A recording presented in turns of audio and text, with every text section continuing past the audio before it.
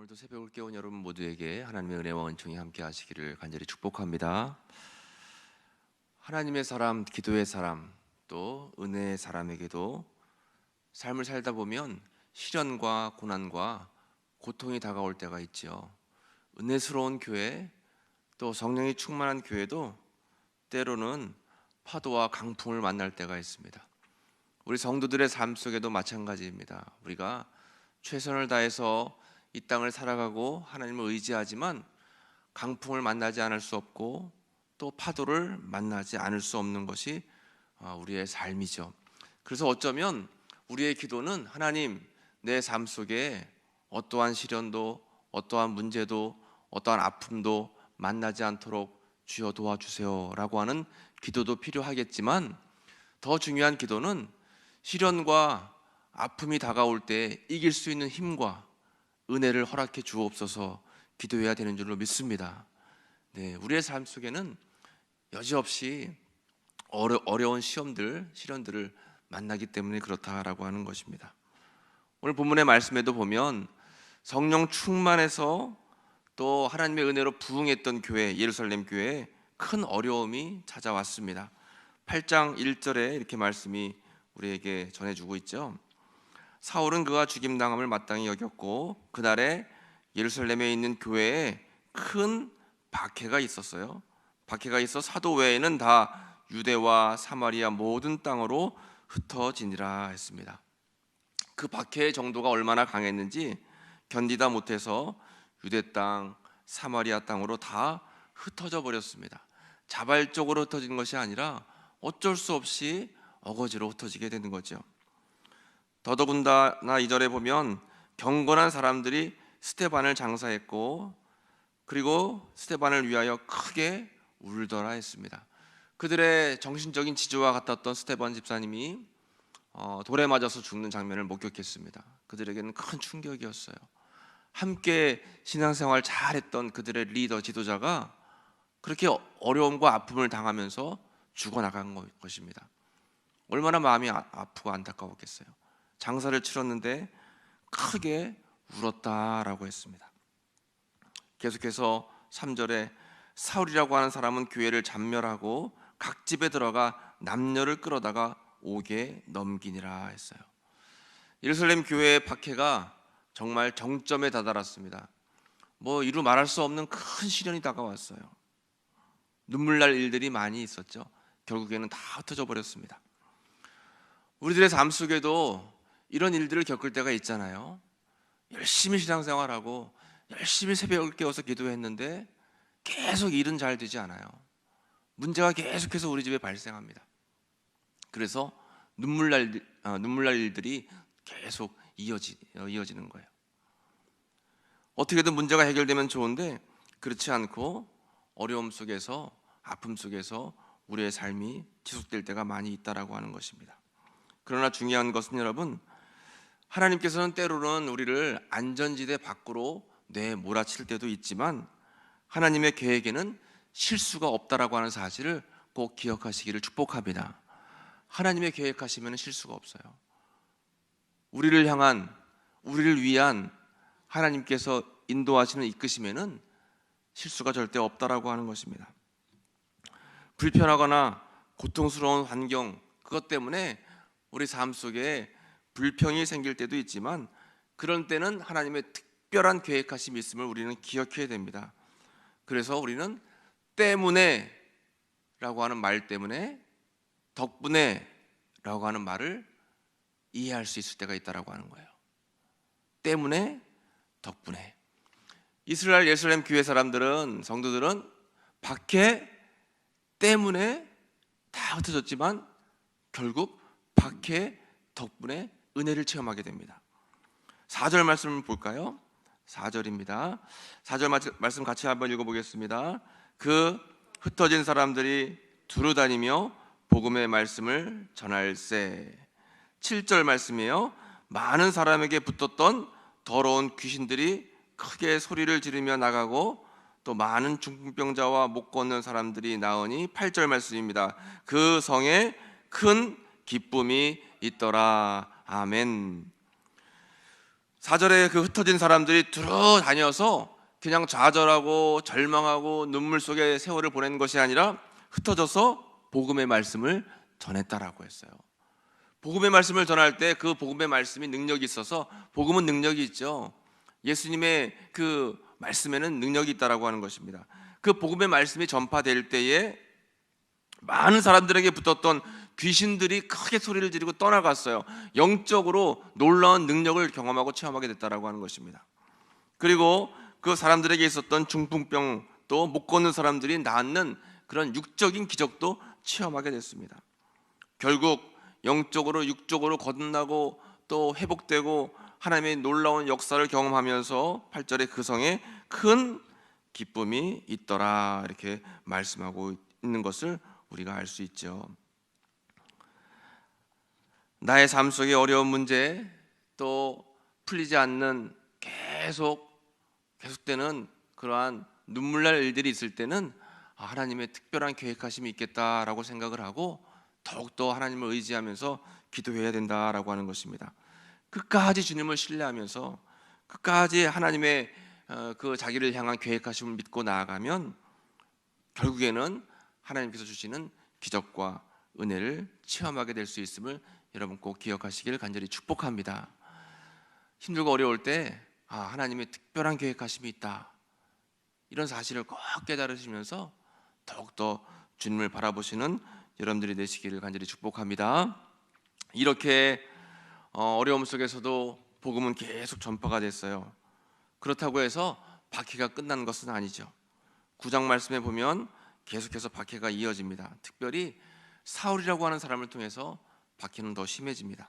9장 1절에 보면 사울이 주의 제자들에 대하여 여전히 위협과 살기가 등등하여 대제사장에게 가서, 또 2절에 보면 담에서 여러 회당에 가져갈 공문을 청하니 이는 만일 그 도를 따르는 사람을 만나면 남녀를 막론하고 결박하여 예루살렘으로 잡아오려 함이라, 이렇게 말씀하고 있어요.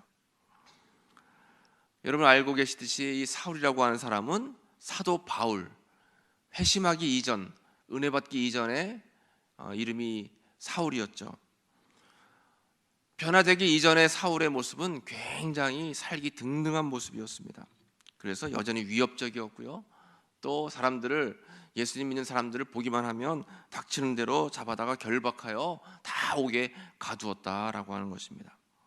그런데 이렇던 사람이, 이 사도 바울이 결국엔 나중에 회심해서 예수님을 만나고 큰 복음의 전도자, 전파자, 선교사가 되는 것을 우리가 알 수 있는데요. 이것을 보면 우리가 깨달을 수 있는 것이 뭐냐면, 복음에 대해서 굉장히 강하게 거부하는 사람들이 있습니다. 우리의 가족들, 특히 믿지 않는 남편, 또 아내, 자녀들, 이웃이나 전도 대상자들에게 복음을 전할 때 굉장히 복음에 대해서 대적을 하는 그런 분들이 계세요. 지금 오늘 본문에 있는 사울과 같은 모습입니다. 위협적이고 살기가 등등해요. 예수님의 옛자만 들어도 그냥 막 굉장히 강하게 거부하는 사람들이 있다라고 하는 것입니다. 왜 그런가 하면 그들의 눈에 비늘 같은 것이 있기 때문에 그러는 거예요. 뒤에 이제 이 사울이 예수님을 만나고 경험하고 체험하고 이 아나니아라고 하는 선지자에게 세례를 받죠. 안수를 받죠. 안수를 받은 후에 어떤 말씀이 표현되어 있냐 하면 18절 말씀을 볼까요? 18절 말씀을 같이 읽어보겠습니다. 시작. 즉시 사울의 눈에서 비늘 같은 것이 벗어져 다시 보게 된지라 일어나 세례를 받고 했어요. 아나니아라고 하는 선지자에게 이제 안수를 받고 그 즉시 비늘 같은 것이 눈에서 벗어졌다라고 했습니다. 그러니까 예수님을 만나기 이전에 비늘 같은 것이 있으니까 어떠한 복음의 말씀을 들어도 거부하는 거예요. 오히려 더 반항을 하는 것입니다. 그러니까 우리가 복음의 전도 대상자들을 대할 때 그들이 받아들이지 않고 거부하고 또 굉장히 좋지 못한 모습으로 우리에게 반응하는 것은 그들의 눈에 비늘 같은 것이 있는 거예요. 그러니까 우리는 기도해야 됩니다. 하나님, 내 믿지 않는 가족들, 또 이웃들, 전도 대상자들의 있는 눈에 있는 비늘 같은 것들이 벗겨질 수 있도록 은혜를 베풀어 주옵소서. 기도하시기를 바랍니다. 기도하는 거예요. 우리의 힘으로 능력으로 안 되는 거예요. 그건 우리가 아무리 애써도 안 될 때가 있잖아요. 아무리 애쓰고 아무리 힘써도 안 될 때가 있어요. 비늘 같은 것이 벗겨져야 되는데 그것이 벗겨지지 않기 때문에 그런 것입니다. 그러면 어떻게 하면 비늘 같은 것이 벗겨질 수 있을까요? 그것은 다른 길이 없습니다. 오늘 본문에 나와 있듯이 9장 3절 말씀 다시 보시면 9장 3절에 사울이 길을 가다가 다메섹에 가까이 이르더니 호련히 하늘로부터 빛이 그를 둘러 비추는지라. 아멘. 어떤 빛일까요?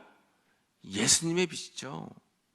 사울아 사울아 내가 어찌하여 나를 박해하느냐. 나는 내가 박해하는 예수라.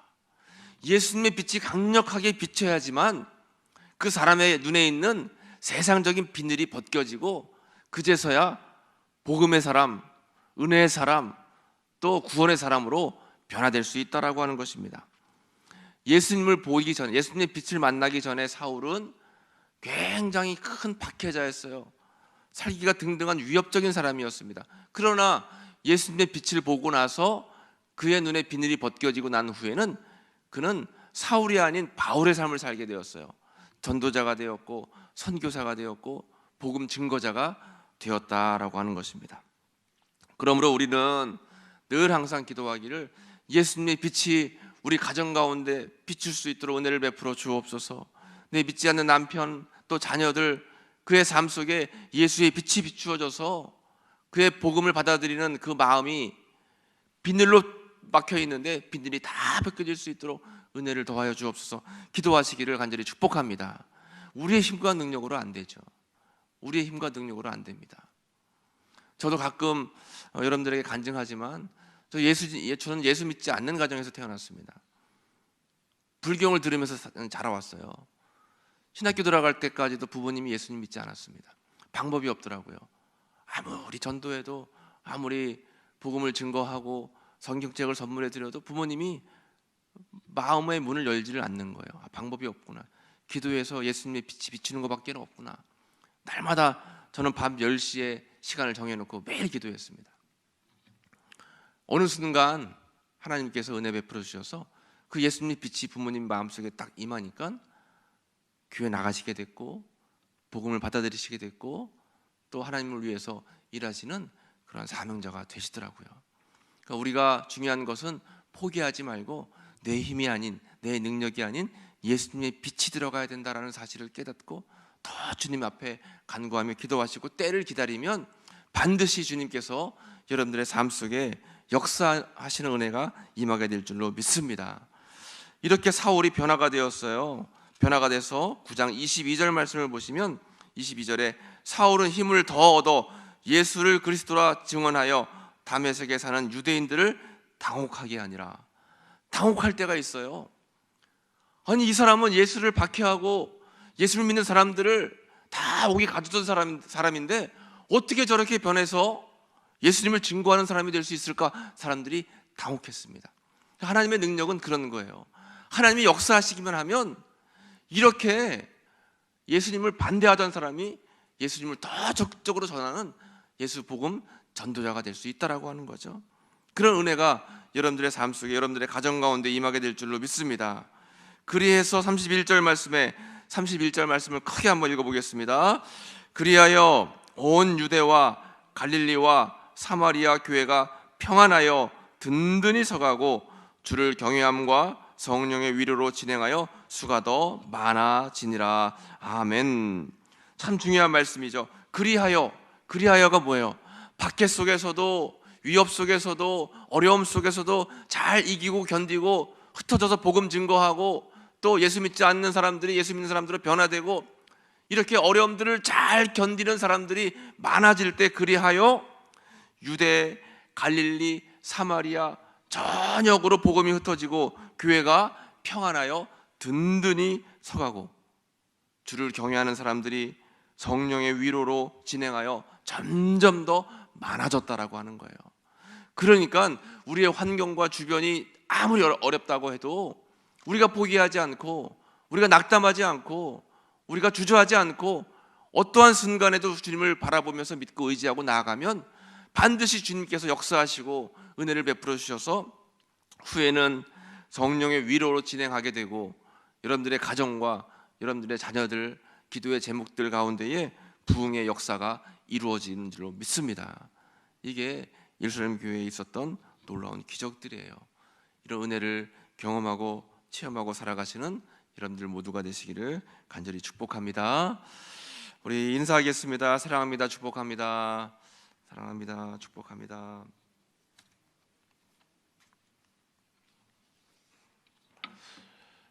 네팔로 떠난 선교팀 소식을 전해드리겠습니다.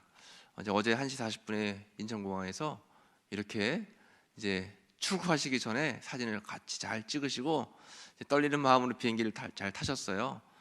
방일남 권사님이 걱정을 많이 하셨는데 공항에서 잘 이제 비행기 타셔가지고 7시간 비행을 하셔서 이렇게 네팔 공항에 잘 도착을 했습니다. 네팔 공항에 도착해서 선교사님이 꽃다발을 준비한 것 같아요. 그래서 꽃다발을 이제 하나씩 다 전해드리고 그리고 호텔로 바로 이제 이동을 하셨습니다. 호텔로 이동하셔서 지금은 호텔에서 그걸 쉬시고 계세요. 한국하고 3시간 45분 정도 차이가 나요. 시차가. 쉬시고 계시고 오늘 사역을 소개해드리면 호텔에서 아침에 식사하신 후에 7시 반에 치투안이라고 하는 지역으로 이동을 하십니다. 목사님 말씀하셨듯이 육로로 한 7시간 걸리는데 몇 달 전에 올해 초에 우리 교회 최영지 청년이 다녀왔거든요. 똑같은 코스로 진행을 했는데 치투안으로 이동하다가 차가 속된 말로 이게 퍼져떨어져 타이어가 터져버린 거예요. 길이 워낙 안 좋아서. 그래서 몇 시간을 기다려가지고 렌트를 불렀는데 렌트를 이제 다른 차를 불러가지고 그 차를 타고 가는데 또 문제가 발생했어요. 그래서 그 영지 청년이 저에게 사진을 보내줬는데 뒤에서 막 밀고 하는 장면들 사진을 보냈더라고요. 도로 사정이 좋지 않습니다. 그래서 아마 오늘 이렇게 7시간 거쳐가지고 치투안으로 이동을 하시면 치투안에서 2가지 사역을 하세요. 소망의 집이라고 하는 이제 성교사님이 그 네팔 지역에 있는 고아들을 모아가지고 네팔은 굉장히 강한 힌두교 문화가 있는 지역이라서 공식적으로 복음, 믿음, 회심하는 거에 대한 굉장히 강력한 법이 있어요. 회심을 하려면 종교를 바꾸려면 목숨을 걸고 이제 회심을 이제 할 수밖에 없는 상황이기 때문에 가장 좋은 전도의 방법이 선교의 방법이 무엇일까 고심하시다가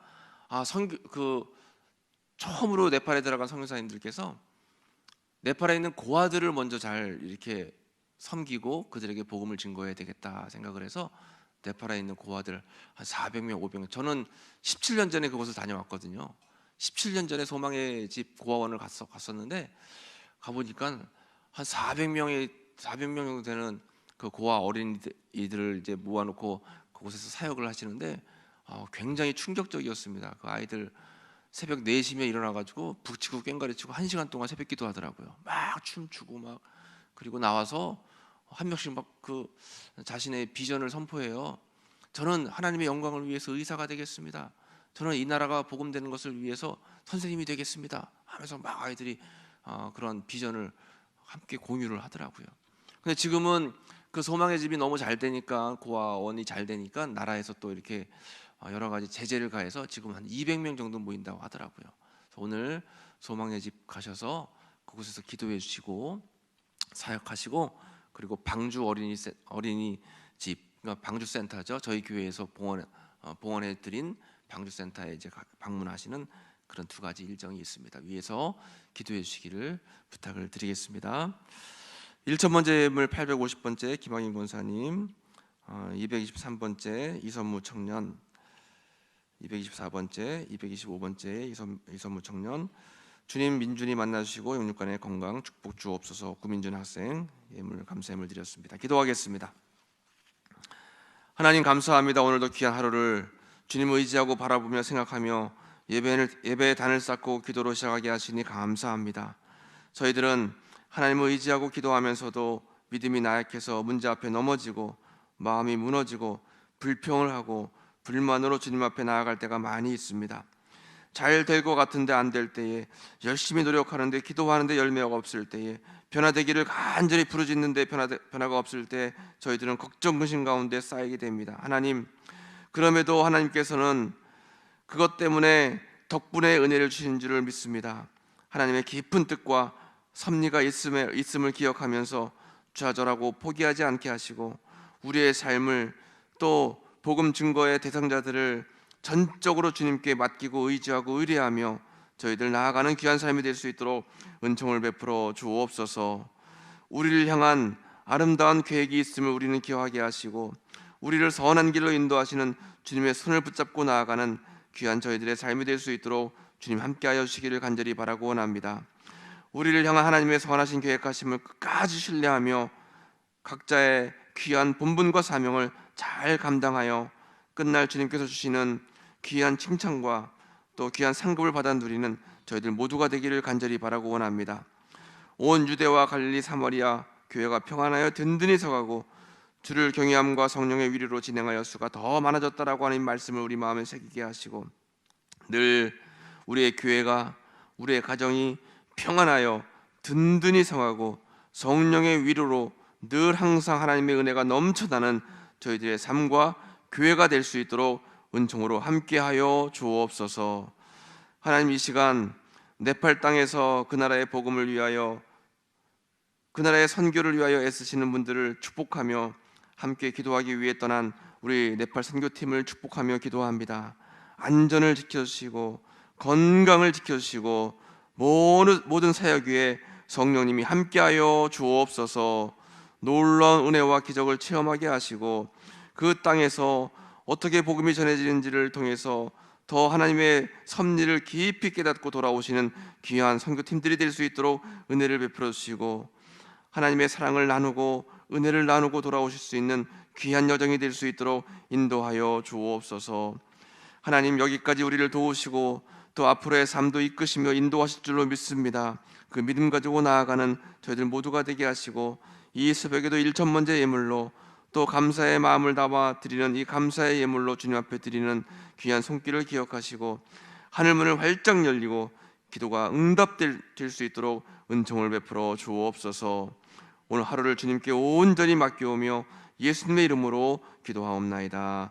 아멘.